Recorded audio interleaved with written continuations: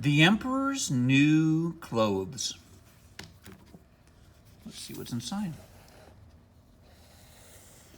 That's some pretty cover art.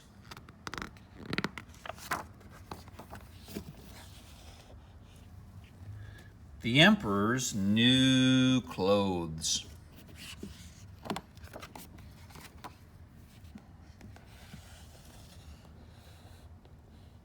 One day the Emperor got out of bed and slowly scratched his sleepy head. Another royal day had dawned, but he had nothing to put on. Of all his crowns and robes and stuff, no outfit seemed quite grand enough. What I need, I do declare, is a brand new suit of clothes to wear. Clothes to make my people see what a fine king they have in me.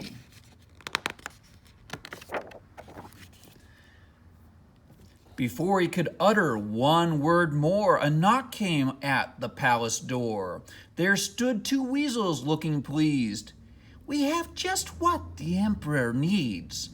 We're the finest tailors in the land. We can weave you clothes so grand, your subjects will cry, goodness me, there is no emperor quite like he.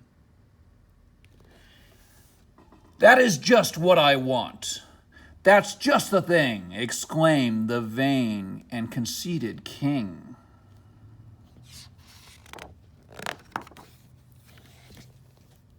And that's not all, the tailor said, for we weave spells as well as thread. All who dull or foolish be, our magical clothes they cannot see.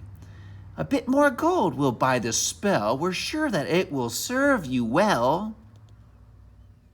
The king was delighted. Start straight away, arrange a grand procession day. I'll wear the clothes which you have made, my subjects will cheer as I parade.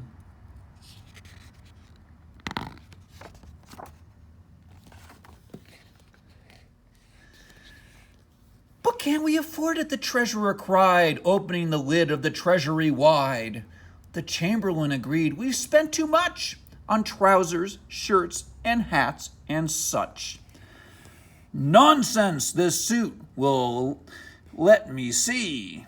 Those who wise or foolish be, those unfit for office they hold, hare and tortoise, do as you are told.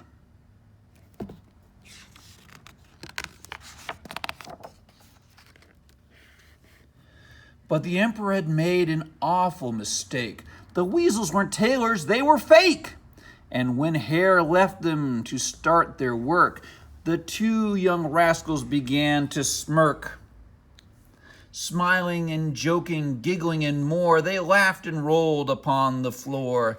I never imagined we'd fool them so well. Who would have thought they'd believe in a spell?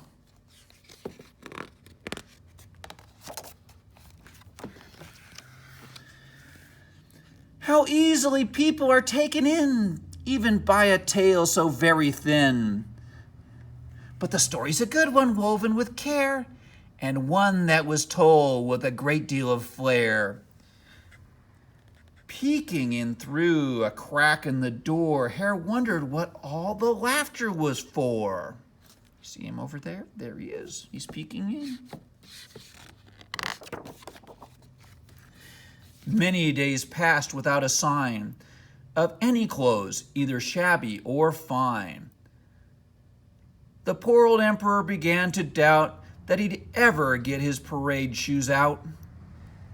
It's time I saw these wonderful clothes, moaned the emperor, grumpily scratching his nose.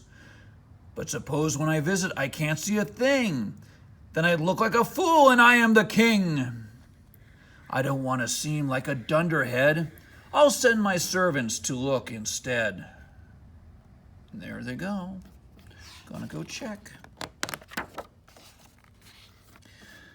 So the hare and tortoise went down to the room where the weasels pretended to work on their loom. They looked for the suit that was waiting below, and they looked at each other and thought, oh no, for they couldn't see anything there at all. what to tell the emperor. They had to stall.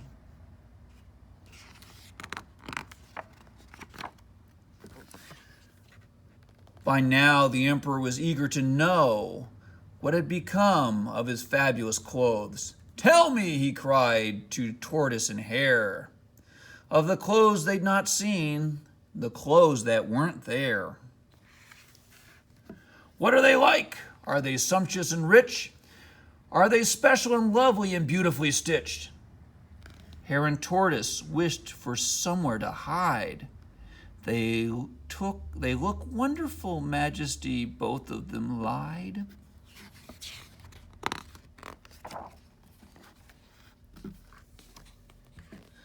The day of the procession at last had come, eagerly awaited by everyone. The weasels fussed and patted and preened. Slyly they told him they'd fit like a dream. And the emperor pretended not to care that he seemed to be dressed in clothes that weren't there. Oh dear, and there's Tortoise and Hare.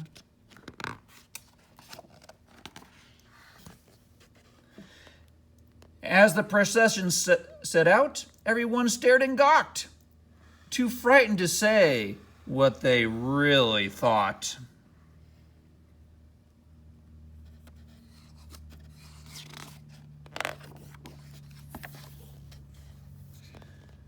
But then came a voice, a small frog's call. "Look, the emperor is wearing nothing at all." He didn't understand why they were so impressed when the foolish old lion wasn't properly dressed.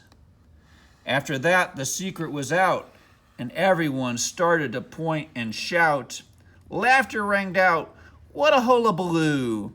For the trick was exposed, and the emperor too. Ooh. So there's the weasels celebrating with their money. And they're the king who's finally dressed. And I hope you've enjoyed this. Uh-oh.